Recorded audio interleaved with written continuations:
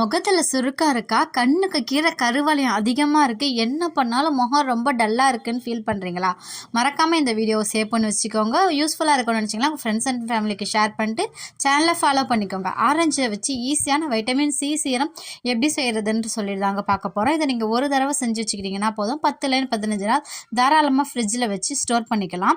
அதுக்கு வந்து 1 ஸ்பூன் அளவுக்கு கிளிசரின், 3 ஸ்பூன் அளவுக்கு ஆரஞ்சு ஜூஸ், 2 ஸ்பூன் அளவுக்கு அலோவேரா ஜெல். நான் வந்து கடையில் விற்கிற அலோவேரா ஜெல் எடுத்திருக்கேன். நீங்கள் ஸ்மெல் இல்லாததாக பார்த்து எடுத்துக்கோங்க. அதுதான் ஸ்கின்னுக்கு ரொம்பவே நல்லது. இப்போ இது எல்லாத்தையுமே ஒன்று சேர்த்து நல்லா மிக்ஸ் பண்ணிக்கலாம். 2 நிமிஷத்துலேயே வந்து நல்லா கெட்டி வர ஆரம்பிச்சிடும்.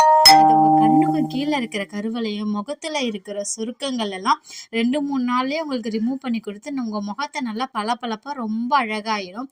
இந்த குவான்டிட்டி எடுத்து உங்கள் ஃபேஸ் ஃபுல்லாக அப்ளை பண்ணாலே போதும்.